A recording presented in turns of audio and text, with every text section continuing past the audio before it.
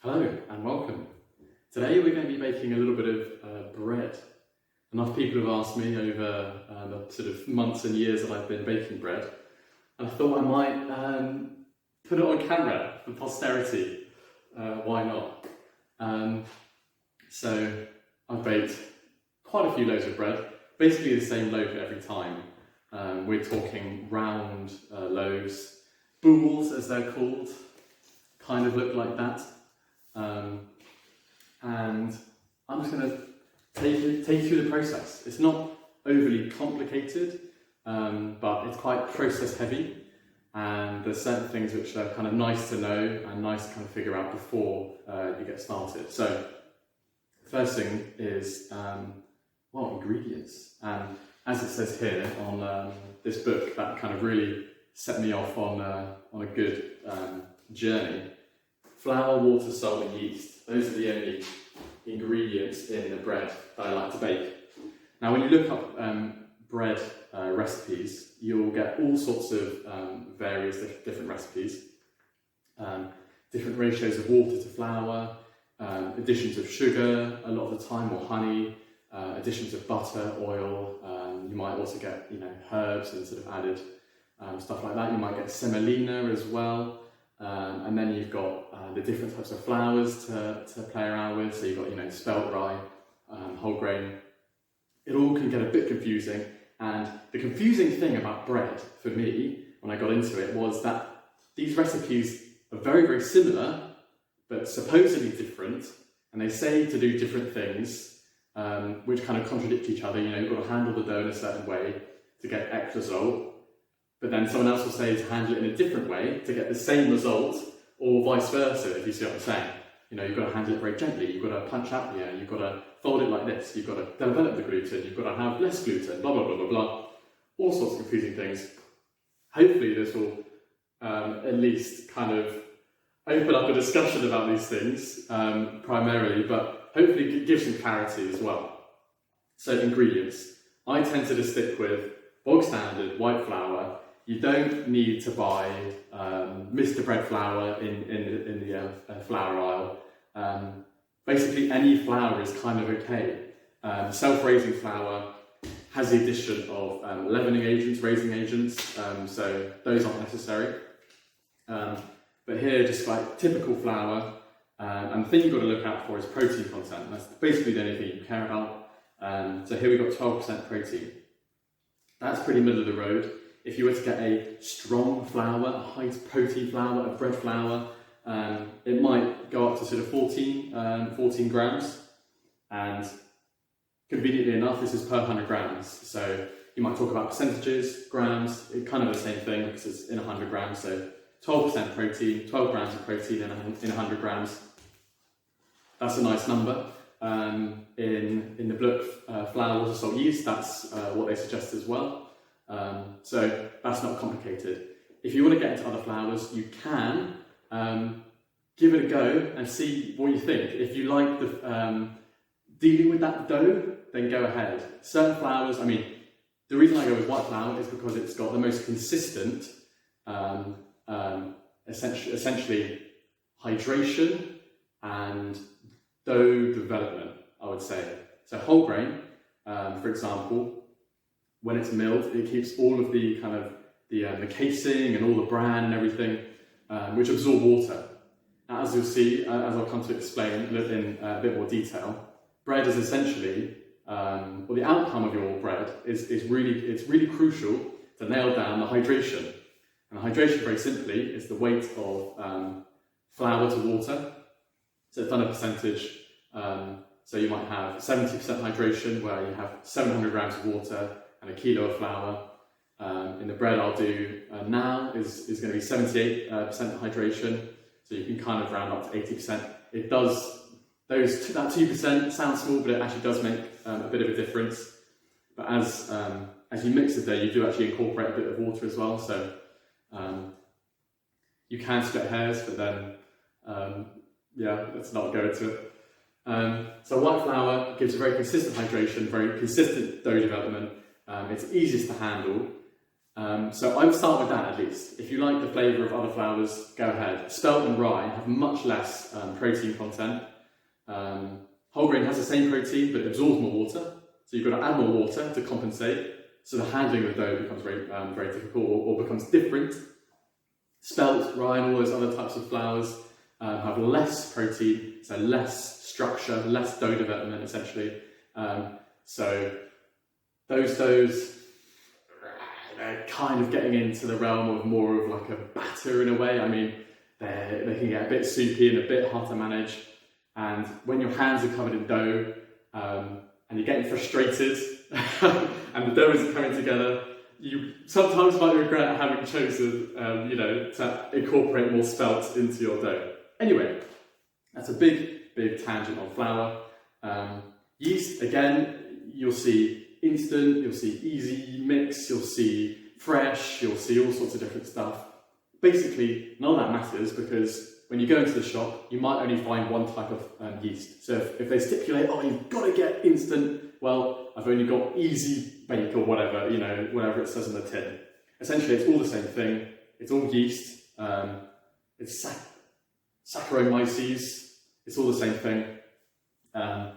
Essentially, the only difference is how finely it's processed and if it's got any coating on it. So this stuff is really fine. It's almost as fine as the flour.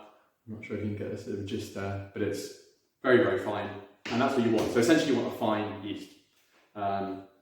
If you can't find a finely kind of processed yeast, then consider hydrating it before adding it to a dough. So next up, salt. Again, a similar kind of argument or thought behind salt. You want a finely processed salt.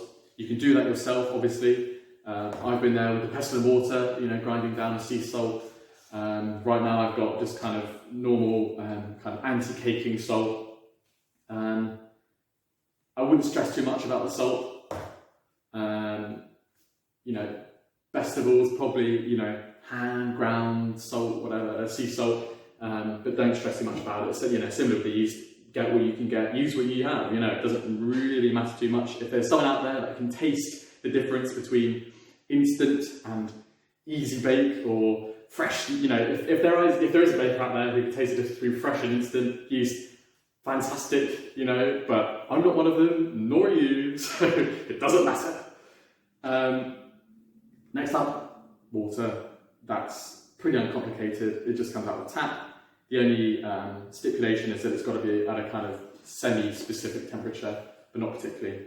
So those are the ingredients. That was quite a lot of information.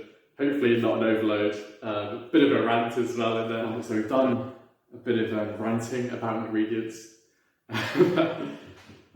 Next up, we've got our equipment. So fundamentally, you don't need too much equipment. However, there's certain bits of equipment which make your life a lot easier and which make the outcome, the bread itself, much better, in my opinion. And also, bowl, pretty much everyone's got a bowl. That's not too difficult. Measuring jug, pretty standard stuff. You will pretty much need a scale. So the two essential items, I think, are the bowl and the scale. It is not recommended that you bake with volumetric measurements. So trying to do a cup of flour, simply for the fact that flour compresses. So you might measure a cup of flour and it has X number of grams of flour in there. If you compress that down, you might be able to get double the amount of flour into that cup. And if you don't compress it, if you very lightly sift it in there, you might get half of that amount. So it's probably not that drastic, but you kind of get the idea. You just want to be using a set of scales. It's not up for argument, unfortunately, among bakers most of the time, especially bread bakers. So I've got a bigger scale here, and I do actually have a smaller scale because the amount of yeast that I do end up using in this particular recipe is less than a gram. So this bigger scale measures up to, well, the smallest unit it does is a gram, so that's pretty self-explanatory. I need something smaller than that. If you're going to ask me what volume 0.8 grams of yeast is, I've got no idea. It's not very much. That's all I can tell you. And these two bits of equipment are the kind of, what I kind of class as the, you don't need them, but they're really, really nice to have. So the first is a proofing basket, known as a Banneton as well. If you're kind of looking online. And they come in various different sort of shapes and sizes. So I've got two here.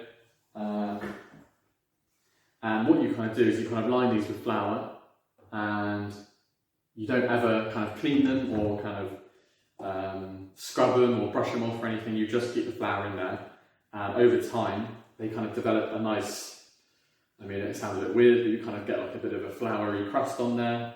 I do kind of bash them out a little bit. But the reason these are so good is when the dough sits in there, obviously you've got a lot of water in that dough. So the dough we're doing today, as I said, is about 78% hydration. So you're going to have 780 grams of water in the dough. So essentially sitting in this little bit is going to be, around 300 to 400 grams of water. It's going to want to go somewhere. And usually what ends up happening, if you put it in a bowl with a tea towel, that water is just going to absorb straight into the tea towel. And essentially your dough is going to form with that tea towel. Or if you like the flour, it's going to just stick to that flour. And you might have a bit of a sticky mess at the end. And it's one of the most frustrating things when you put all the time and effort into making a dough and you tip it out and it's just stuck to the bowl, it's stuck to everything. You get a knife out and you try to salvage it. This just makes your life easier. Not to discourage you if you do try to go for the bowl and tea towel or whatever else. But what this does do is it wicks water away from the surface of the dough. So you're going to have that dough sitting against the surface, it's going to draw moisture out, and it's actually going to be able to escape and kind of, instead of that dough kind of forming with that kind of wall, it's just kind of nicely release. So hopefully at the end of this process, when I tip this out, it'll just come, essentially the dough just comes flying out of these bannetons. Now this is a really other sort of crucial, you don't need it, but it really, really does help. So fundamentally what this is kind of a lidded, heavy duty pot. So this is actually a Lodge cast iron pot. This is actually a really nice little kind of setup here. You've got two kind of units. It's really, really heavy. And the important, or the kind of, I guess the crucial thing here is you want something that's got quite high heat sort of retention. So how much heat can it sort of take in? So you might notice that after you take something out of the oven, it stays hot for a long time. And for example, something like tin foil, you put it in the oven, you take it out, and almost immediately the heat's kind of gone from that foil. You put this in the oven at 200 degrees for half an hour and take it out. It's going to be hot for about an hour afterwards. So that's what you want. You want a lot of heat retention capacity, and you want something that can essentially encapsulate or cover the dough. And that's because, again, there's loads and loads of water in that bread dough.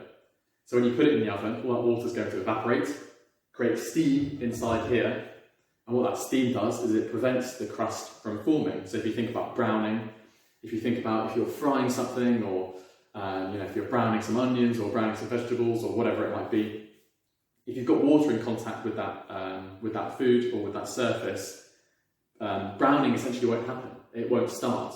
So if you've got that steam in there, that browning, that crust won't form, and it will allow what's called oven spring.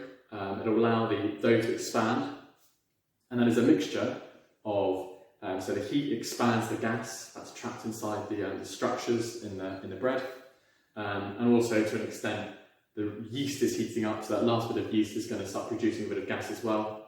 But this is really, really important. I don't regret buying this. They can be a little bit expensive because they're kind of heavy duty, a bit more, but usually you will have something around the house, or something a relative might have a pot they haven't used in a few years, just because it's too much, too big, it's too sort of clunky and whatever. And yeah, you won't regret investing in one of these.